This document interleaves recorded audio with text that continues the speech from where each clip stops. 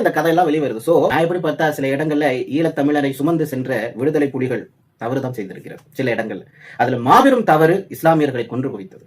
முஸ்லிம்கள் வெளியேற்றின இந்த நிகழ்வு எங்கேயுமே சொல்லப்பட்டிருக்காரு. அவர்கள் என்ன சொல்லிட்டாரு, எங்க போனா நான் இஸ்லாமியன் தான் சொல்லுவோம். அப்படித்தானே தமிழ்நாட்டுல நீ வந்து நின்னாலும் கூட அது அந்த ஒரு மதத்தினுடைய கொள்கை.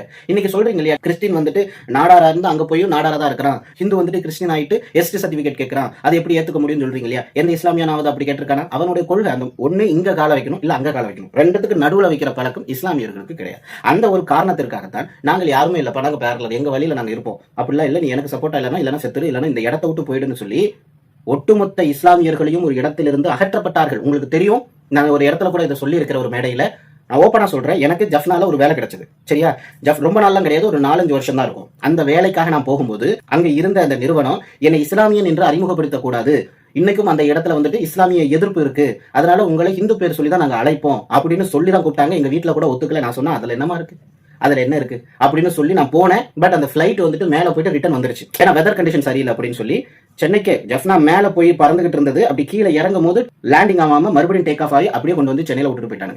மறுநாள் போலாம் அப்படின்னு சொல்லும் போது என் மனசுக்குள்ள ஒரு நெருடல், ஆகா அங்க ஏதோ தப்பு இருக்கு போல இருக்கு, இறைவன் நமக்கு சொல்றான்னு சொல்லிட்டு நான் வெளியே வந்துட்டேன்.